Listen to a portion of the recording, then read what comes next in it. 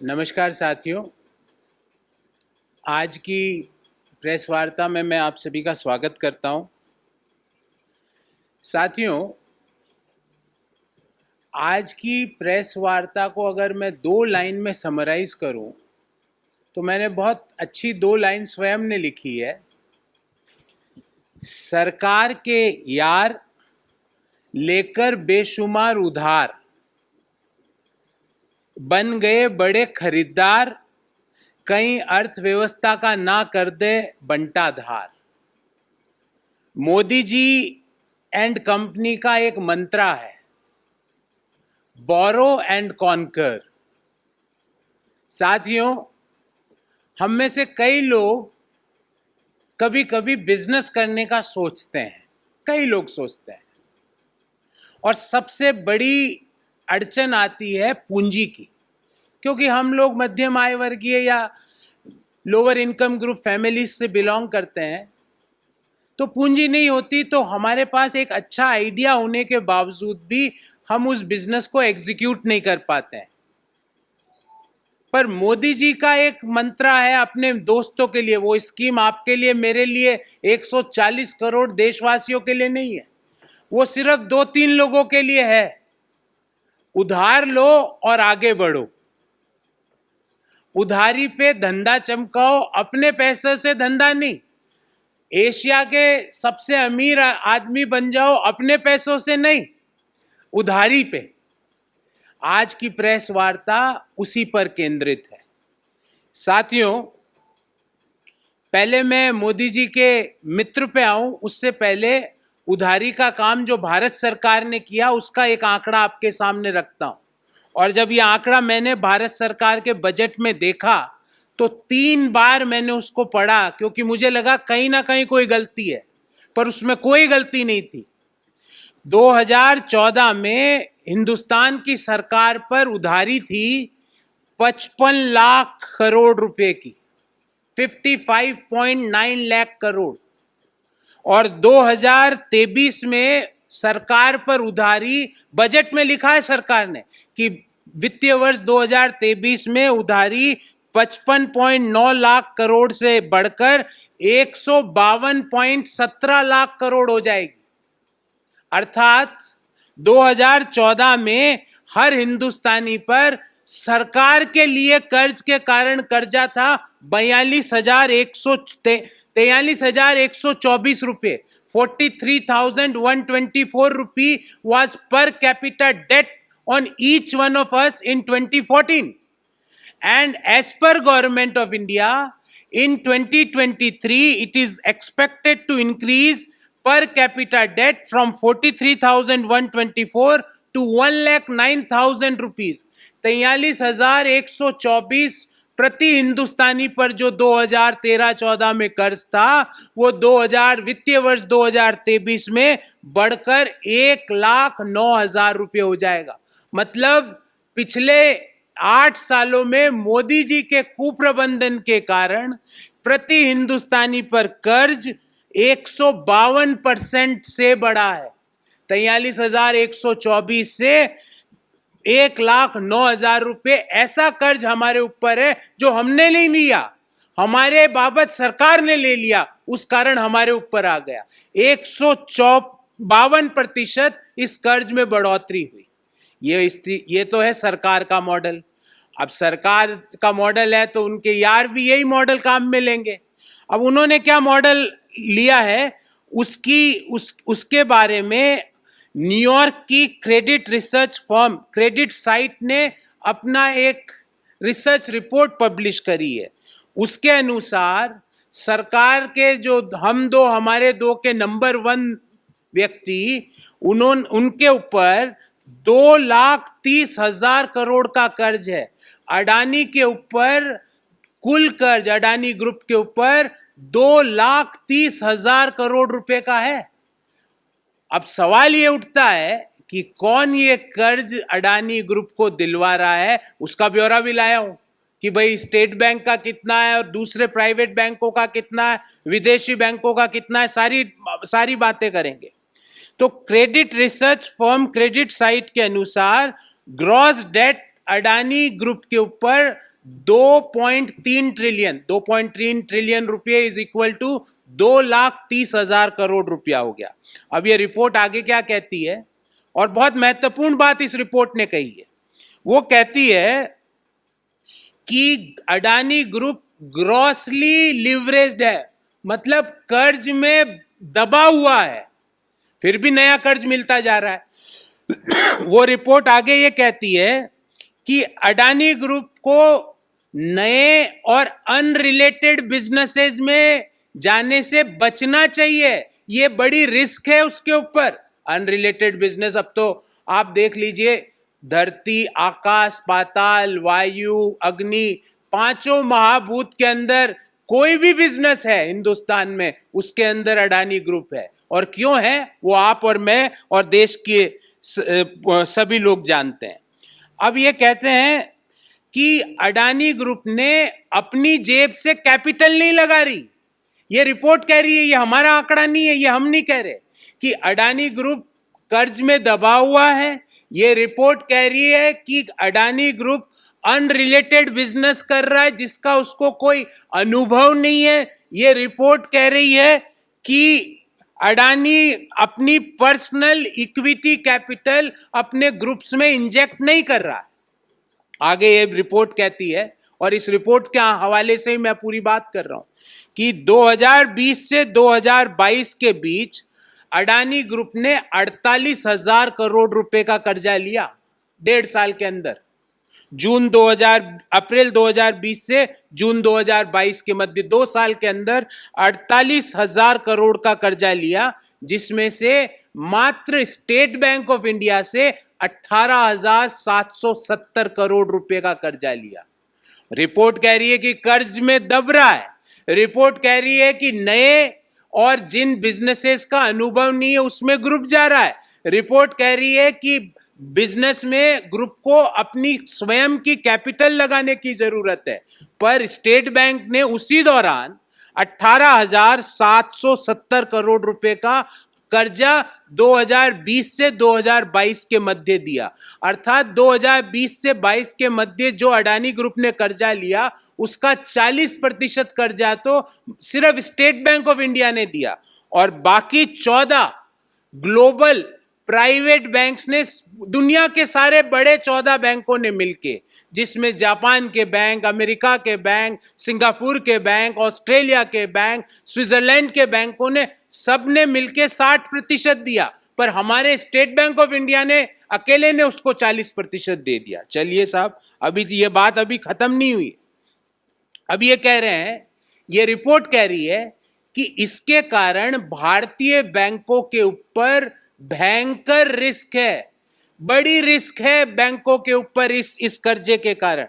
और इस रिपोर्ट के अनुसार अडानी एंटरप्राइज और अडानी ग्रीन एनर्जी ने जो जिनके ऊपर 94,400 करोड़ रुपए का कर्ज है, आपको जान के आश्चर्य होगा कि वह अपना जो ब्याज का खर्चा है, जो उनका टैक्स के बिफोर अर्निंग है, उसका मात्र 1.5 गुना, वो ब्याज का मात्र 1.5 गुना टैक्स के बिफोर की अर्निंग के रूप में कमाते हैं। EBITDA to tax to gross debt is 1.5 times only, EBITDA to gross date.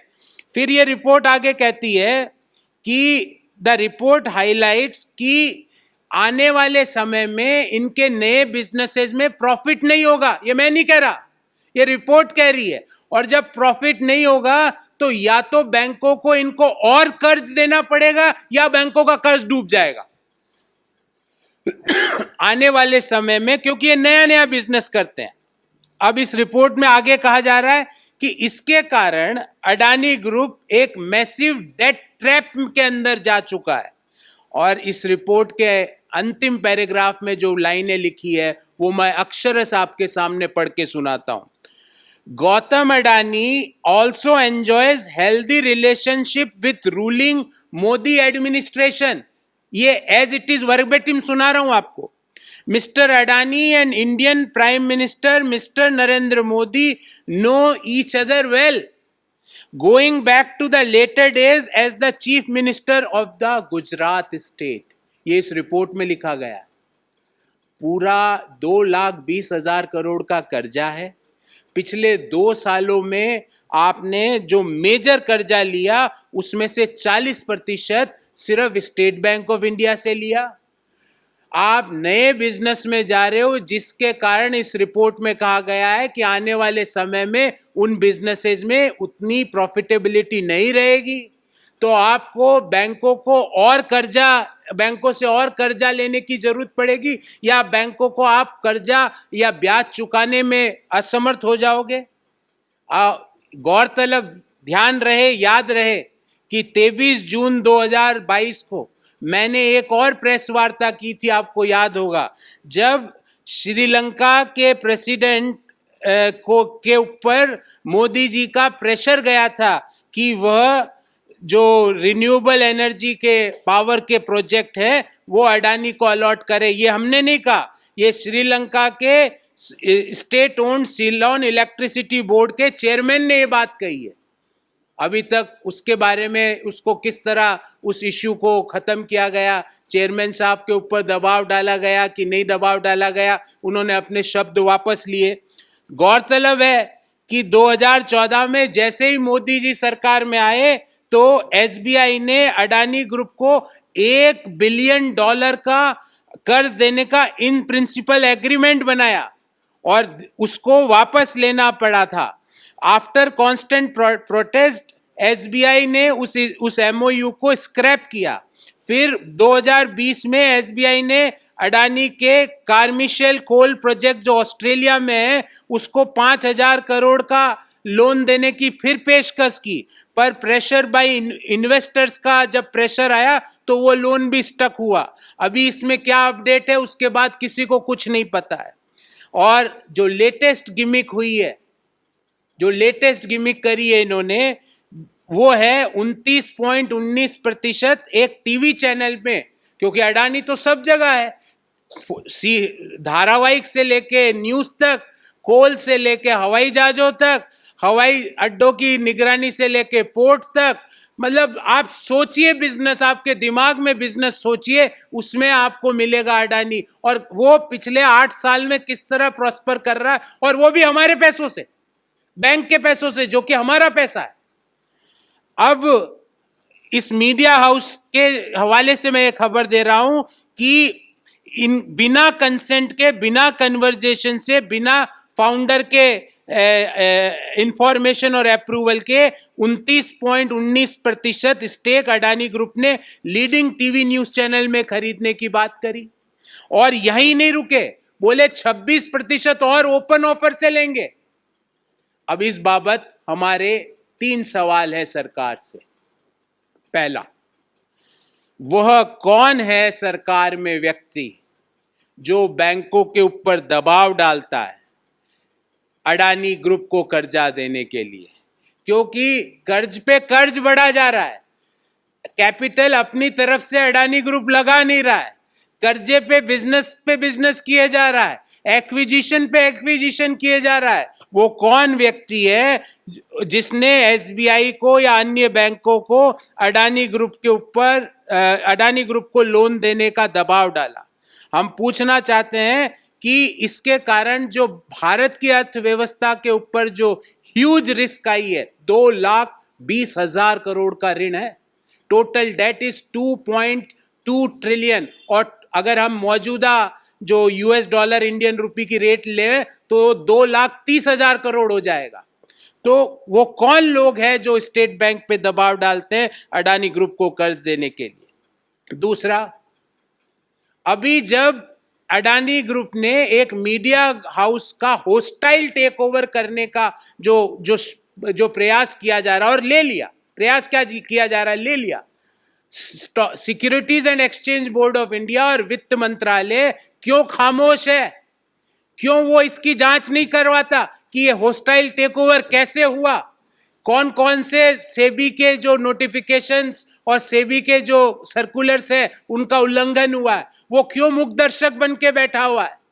तीसरा, कि जब एक फर्म 2,30,000 करोड़ का कर्ज लेके देश में काम कर रही हो, अगर वह फर्म डिफॉल्ट करती है, तो अर्थव्यवस्था पे जो दुष्प्रभाव उस डिफॉल्ट के कारण पड़ेगा, उसके लिए मोदी जी और वित्त मंत्रालय में निर्मला सीतारमण जी ने क्या तैयारी करके रखी है.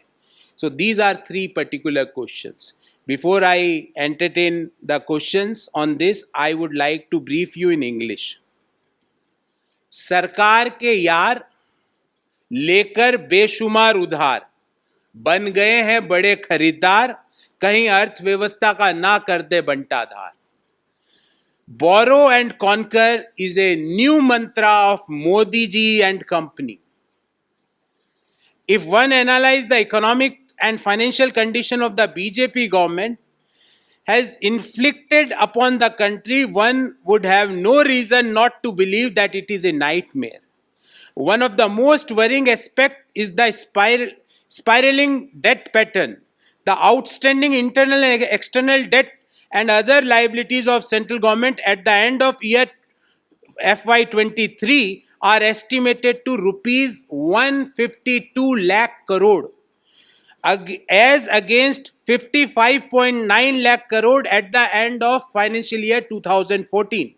So per capita debt on us increased from 43,124 rupees as on March 2014 to rupees 1,09,000 as on March 2023. That is an increase of 152% in the last 9 years. Debt being offered on a platter to some friends of the government has created an anxious position for the nation on top of the national debt obligation. तो एक तरफ तो सरकार ने अपना कर्जा ले लेके हमारे ऊपर 1 लाख रुपए का कर्जा हर हिंदुस्तानी पर डाल रखा है, और दूसरी ओर उनके दोस्त भी वही मॉडल काम में ले रहे हैं. 2,30,000 करोड़ का कर्जा. Recently, a New York-based credit research firm, Credit Sites, published its analysis on the debt position of the Adani Group. Startling facts have emerged from this analysis. The gross total debt with all key Adani entities is close to rupees 2.3 trillion rupees. So total debt on Adani Group is 2,30,000 crore rupees. Some of the facts are as summarized from that report. Point number 1. The credit report has drawn up several credit concerns ranging from groups overly leveraged aggressive expansion to forays into new or unrelated businesses, environmental, social and governance risks, and at last but not least, limited evidence of equity capital injection by Gautam Adani and his family. So as per this report, the group is aggressively, overly leveraged because of its aggressive expansion plan, and they are entering into unrelated and new businesses. And the family of Gautam Adani and promoters of the firm are not infusing enough capital. They are surviving only due to debts. Second, out of the major loans obtained by Adani Group in year 2020 and from April 2020 to June 2022, that is rupees 48,000 crore, 40% of its loan are funded by SBI alone. That is 18,770 crore rupees. Remaining 60% is funded by 14 global private banks. This exposes the most prominent Indian bank to go to a huge risk. Adani Enterprises and Adani Green Energy, with a combined gross debt of rupees 94,400 crore, have EBITDA to gross debt ratio of mere 1.5 times. The report highlights that these businesses, and this is important, this report says that these businesses do not make profits in the initial years, and hence there is a likelihood of rolling over or refinancing for interest obligation, for which they would again have to reach out to banks. The report calls out an overly ambitious debt-funded growth plans could eventually spiral into a massive debt trap. And the other important point to note is that Credit Site report puts this blatantly. I quote, Gautam Adani also enjoys healthy relationship with the ruling Modi administration, Mr. Adani and Indian PM Mr. Narendra Modi know each other well, going back to the later days as the Chief Minister of the Gujarat state. Everyone would recall our press conference on a similar subject dated June 23, 2022. The chairman of Sri Lankan state-owned Ceylon Electricity Board claimed before a parliamentary panel that PM Narendra Modi ji pressurized Sri Lankan president to award a wind power project to the Adani Group. Also, as soon as the Modi government came to power in 2014, SBI drafted an in-principle agreement with the Adani Group of $1 billion and bought in several banks worldwide to provide fundings.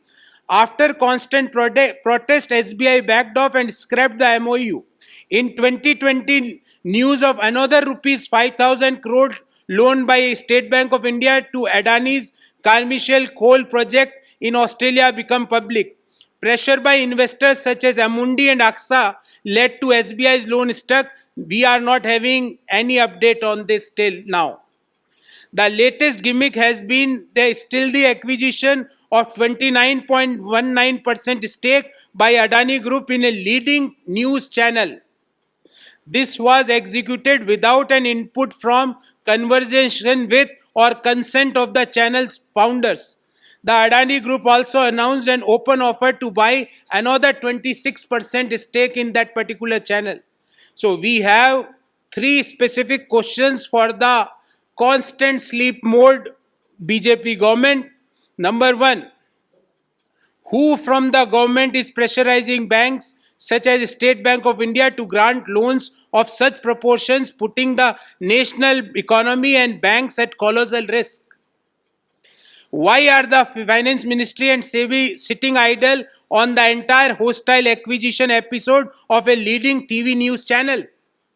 And what is the Modi government plans to save the economy and specific sectors from the collateral and cascading damage in case of default or loan repayment delay, as the Adani Group's debt is consistently increasing? So friends, I am open for questions. First of all, I would like to entertain questions on the subject, and thereafter we can have few more questions. Yes, please.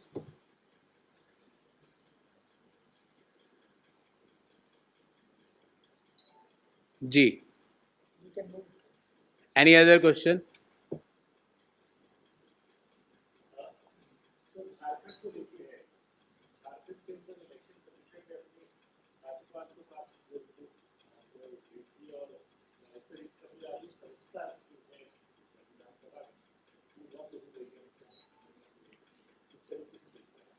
देखिए, अभी तक इस बाबत कोई official communication हमने पूरा नहीं पढ़ा है.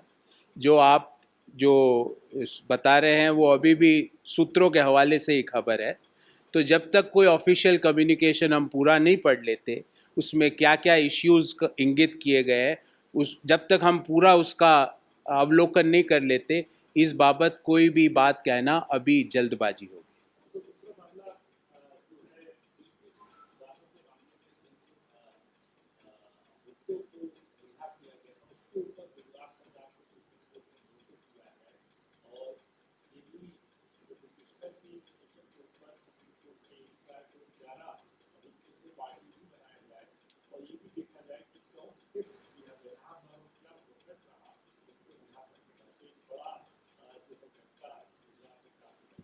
भारत की न्यायिक व्यवस्था पर आज भी हिंदुस्तान के प्रत्येक व्यक्ति को और कांग्रेस पार्टी को पूर्ण विश्वास है, और हमें उम्मीद है कि संविधान बिल्किस बानो के साथ न्याय करेगा.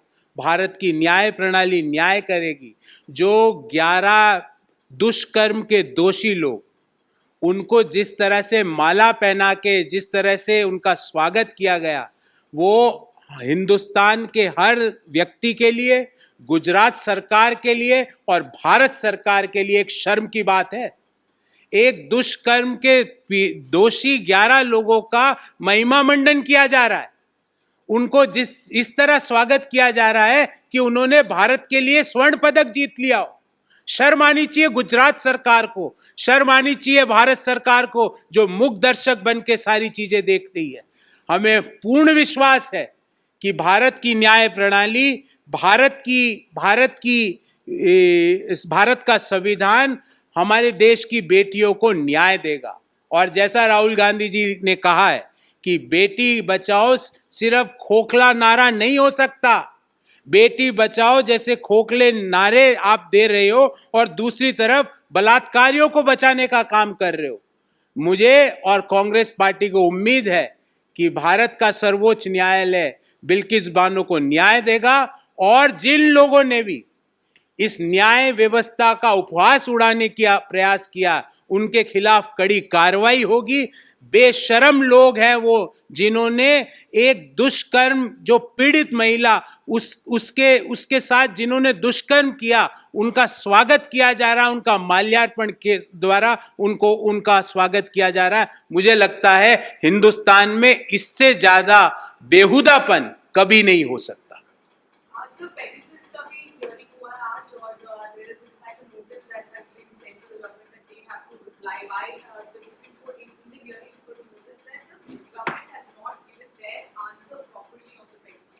How can they give the answers properly?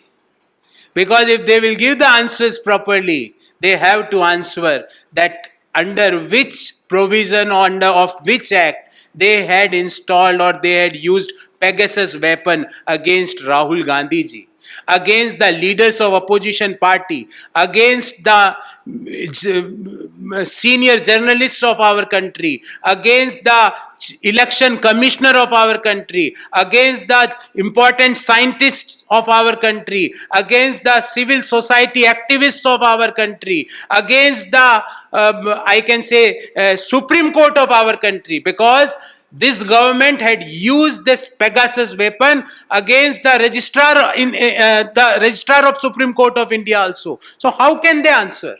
Everybody knows that this weapon was used. This weapon had given a dent to the democracy. Everybody is used that this weapon is against the law or the constitution of our country. How can they give the answer?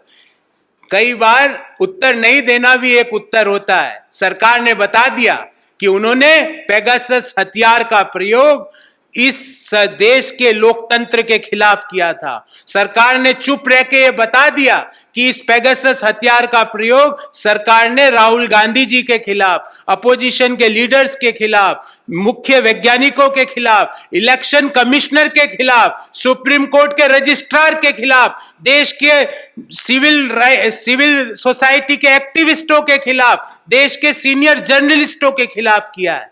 अब क्या उत्तर देने को रह जाता है? मुझे उम्मीद है कि सुप्रीम कोर्ट इस नई उत्तर देने को भी एक उत्तर मानेगा और सरकार के खिलाफ इस मामले में कड़ी कार्रवाई करेगा। क्योंकि हम तो पहले दिन से ही पूछ रहे हैं, पेगासस हथियार का प्रयोग सरकार ने क्यों किया, किस कानून के अंतर्गत किया?